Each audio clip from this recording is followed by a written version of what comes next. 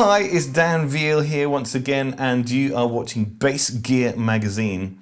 And in my introduction, you are listening to the Aguilar DB599 compressor.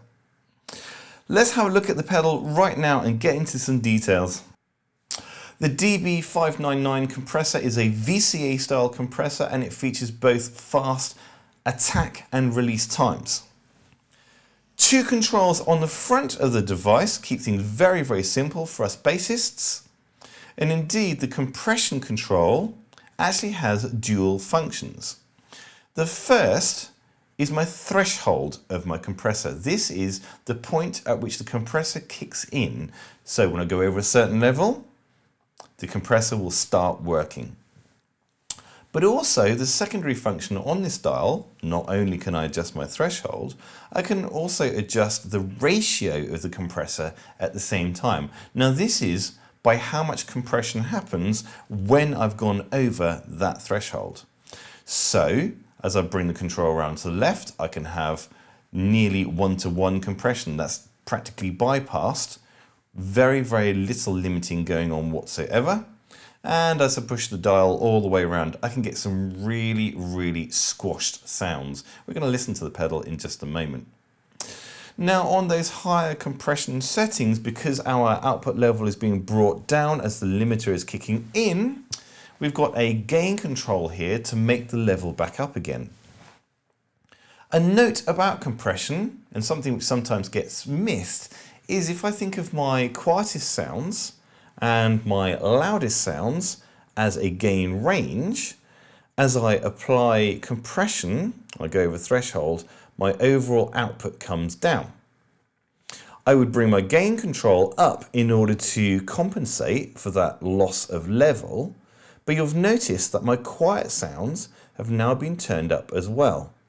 This is one of my favorite aspects of compression, especially if I'm switching between slap, fingerstyle or even tap style playing, because my slap attack sounds will be turned down in volume, but the things that don't usually cut through, like harmonics and tapping, well, that will be brought up in volume automatically as almost a byproduct of the compression settings.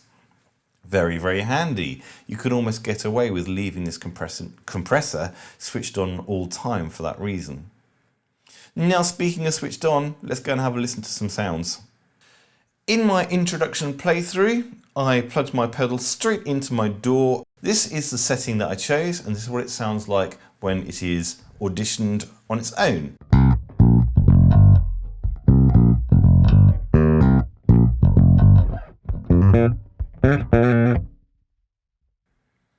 And here's the sound with the pedal switched off.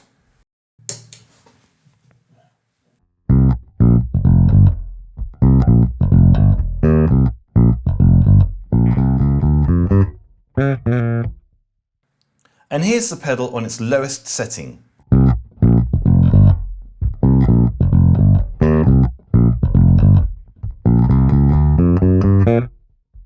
Going for a more squishy sound, I'm going to advance the compressor all the way around to its maximum setting.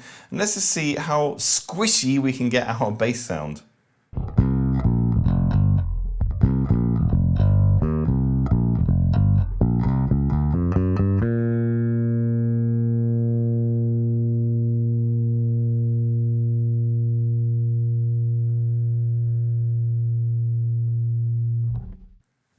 Certainly on those higher settings with this bass, which I think has a particularly high output, the compressor was struggling to get the level back up again.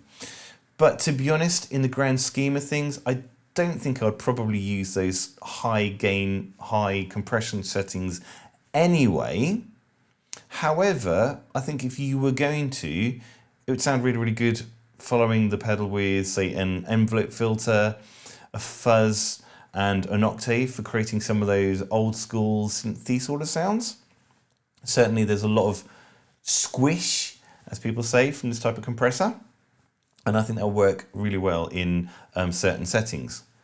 But as I reflect on the pedal, bringing the compression back a little bit and going for something a little smoother, I think is probably where I'd go with my own personal settings. Let's hear one or two more sounds.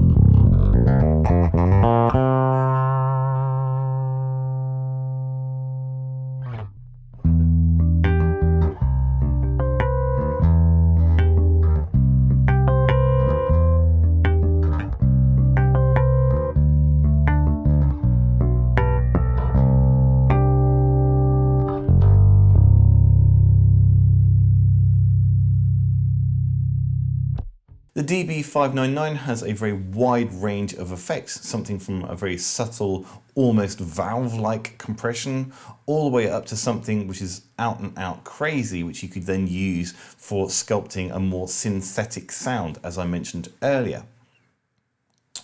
I think Aguilar have got a great little unit here, something which is very, very simple, and for those who are new to compression are going to be able to dial in some sounds without actually having to learn about the finer points of how a compressor works. Technical specifications are going to go into my magazine write-up, so please head on to Bass Gear magazine and check that out. As always, I recommend that you go out and try this hardware for yourself with your own bass and find out what this pedal can do for you. And I think that you're going to be able to dial in some pretty good sounds immediately without too much fussing. For now, thank you ever so much for checking out my video. I'm looking forward to bringing you some more gear reviews very, very soon, so do come back soon. You've been watching Dan Veal, and this is Bass Gear Magazine.